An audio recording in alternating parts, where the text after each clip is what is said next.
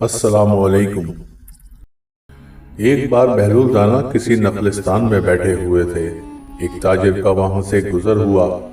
وہ آپ کے پاس آیا، سلام کر کے مؤدب سامنے بیٹھ گیا اور انتہائی ادب سے گزارش کی، حضور تجارت کی کون سی ایسی جنس خریدوں جس میں بہت نفع ہو؟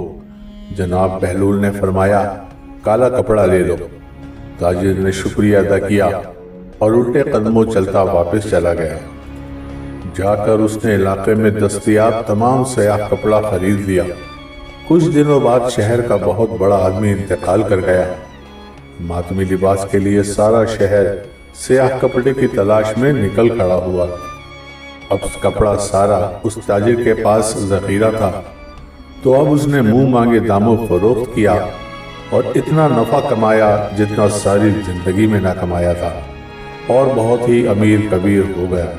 کچھ عرصے بعد وہ گھوڑے پر سوار کہیں سے گزرا۔ بہلول وہاں تشریف رکھتے تھے۔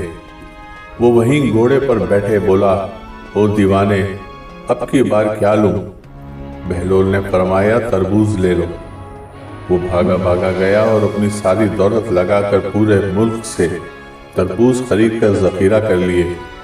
اب وہ انتظار کرنے لگا کہ کب لوگ اس سے تربوز خریدنے کے لیے آتے ہیں، لیکن وقت گزرنے لگا اور کوئی بھی تربوز لینے کے لیے نہ آیا۔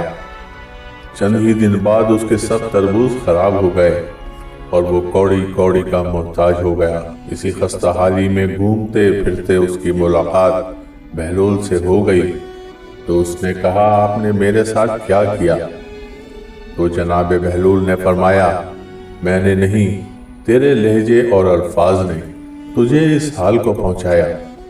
جب تو نے ادب سے پوچھا تو مالا مال ہو گیا، اور جب گستاخی کی تو کنگال ہو گیا۔ کسی نے سچ کہا کہ بادب بانصیب، بے ادب بے نصیب۔ دوستو، اگر آپ کو ویڈیوز پسند آتی ہیں تو اس کو لائک کریں، دوستوں کے ساتھ شیئر کریں، سبسکرائب کر کے بیل آئیکن کا بٹن دبائیں۔ بہت شکریہ۔